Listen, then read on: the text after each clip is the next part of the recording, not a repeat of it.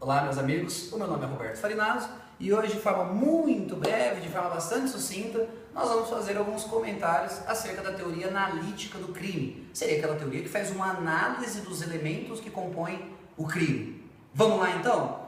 Bom, o crime é composto por um fato que, segundo uma teoria majoritária, segundo uma teoria tripartite, é um fato típico, ao mesmo tempo ilícito e também culpável. Perceba que para se praticar um crime no Brasil, a gente vai ter que praticar um fato que ao mesmo tempo engloba três elementos. Quais? Um fato típico, ilícito, também chamado de antijurídico, e um fato também culpável.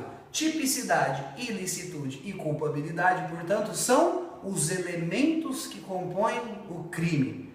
Hoje, pelo pouco tempo que a gente tem, vamos concentrar o nosso estudo aqui dentro do fato típico. Esse fato, para ser chamado de típico no direito penal, vai ter que envolver outros quatro elementos. Quais são esses? São conduta, resultado, nexo causal, também chamado de nexo de causalidade, e a tipicidade. Bom, para alguém praticar uma conduta relevante, pelo menos para o direito penal, essa conduta, dentro de um conceito aqui, envolve toda ação ou mesmo omissão.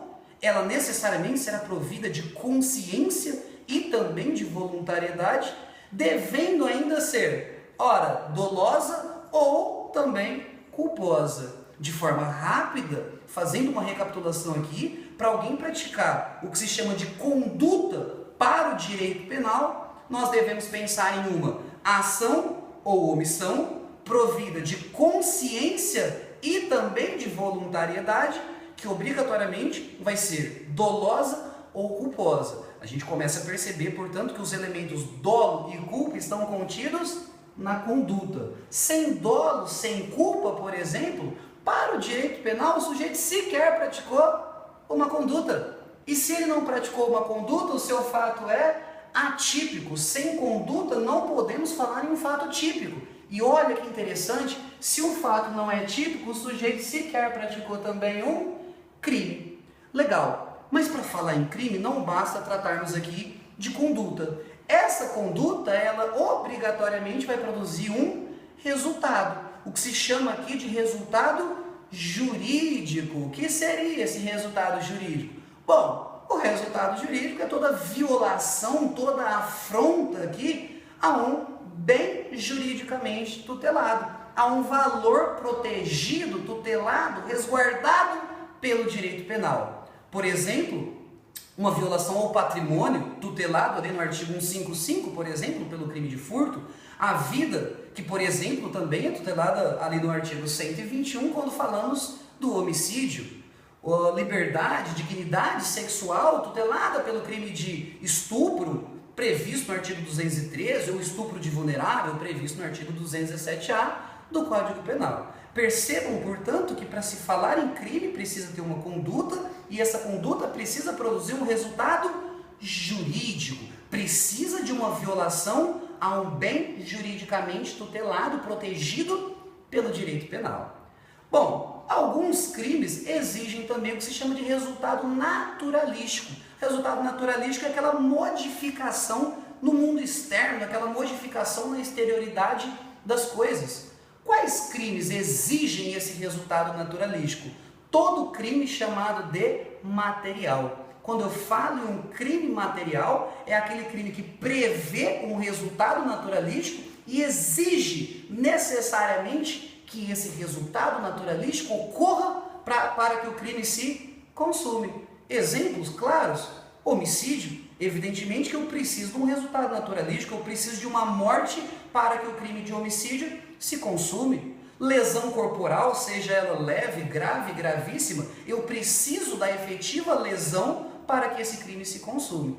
Percebam que esse é o que se chama de crime material e em que o resultado naturalístico será necessário, será obrigatório para a consumação do delito. Cuidado, meus amigos, que existem dois tipos de crimes, o crime formal e o crime de mera conduta. Esses dois não exigem o chamado resultado naturalístico. No crime formal, esse resultado naturalístico ele até pode ser previsto, o agente até consegue prever, imaginar a ocorrência desse resultado. Porém, esse resultado naturalístico ele é desnecessário à consumação do delito. É o que acontece de forma muito clássica, proposta aqui pela doutrina, no crime de extorsão mediante sequestro. Tão logo eu privo a liberdade de alguém com essa intenção de obter uma vantagem indevida, o crime de extorsão mediante sequestro já está consumado. Ué, mas não precisa da pessoa pagar o resgate? Esse resultado naturalístico ele não é obrigatório? Não. Esse é um crime que se consuma antecipadamente. Tão logo eu prive alguém de sua liberdade com essa intenção patrimonial, o crime já se consumou. Se eventualmente ocorrer o resultado naturalístico, se eventualmente ocorrer o pagamento do resgate, nesse caso a doutrina fala que houve tão somente mero exaurimento. Por quê? Porque se fala aqui de um crime formal. É aquele crime, portanto, de consumação antecipada, em que o resultado naturalístico se torna desnecessário. Existe, por fim, o que se chama também de crime de mera conduta. É aquele crime que se consuma tão somente, como o próprio nome já diz, com a conduta prevista no tipo penal, prevista ali naquele artigo que prevê um crime dentro do Código Penal. Exemplo claro, o crime de injúria. Quando eu pratico uma injúria, quando eu xingo alguma pessoa, eu já consumei esse delito sem que eu consiga aqui imaginar o resultado naturalístico. Bom, saindo agora dessa figura aqui do resultado que integra o fato típico, de forma bastante rápida, a gente fala que para ter fato típico, além de ter uma conduta que produza um resultado, nós vamos precisar que essa conduta produza esse resultado ligado aqui pelo que se chama de nexo causal. Isso mesmo, nexo causal ou nexo de causalidade. É, portanto, o elo aqui entre a conduta e o resultado. A gente pode perceber que se eu pratiquei uma conduta visando um resultado determinado, mas se no final das contas esse resultado adveio de uma outra causa, de um outro fator, a gente rompe aqui com a figura do nexo causal. E se eu não tenho nexo causal, eu também não tenho fato típico. É isso mesmo. E sem nexo causal, sem fato típico, eu não pratiquei aquele crime visado aqui pela minha conduta. Legal? Para ter fato típico, então eu preciso de uma conduta, eu preciso de um resultado jurídico e preciso que esse resultado esteja ligado aqui pelo que se chama de nexo causal. Até que, finalmente, nós vamos chegar dentro aqui da tipicidade. Tipicidade que se subdivide em duas: tipicidade formal e tipicidade material. A tipicidade formal, o nome é quase autoexplicativo. O que seria, Roberto, essa tipicidade formal? Bom, tipicidade formal é o encaixe, é o enquadramento, é aquela subsunção da conduta praticada pelo agente no tipo penal, naquele artigo previsto na lei penal. Por exemplo, quando eu subtraio para si ou para outra em coisa alheia móvel, será que essa minha conduta se encaixou em algum tipo penal? A gente já sabe que sim. A minha conduta se encaixou perfeitamente no artigo 155 do Código Penal. Aqui eu posso afirmar categoricamente que houve o que se chama então de tipicidade formal. Aquele fato praticado pelo agente se encaixa na forma prevista em lei. Portanto, tipicidade formal. Legal. Para a gente finalizar, temos também a tipicidade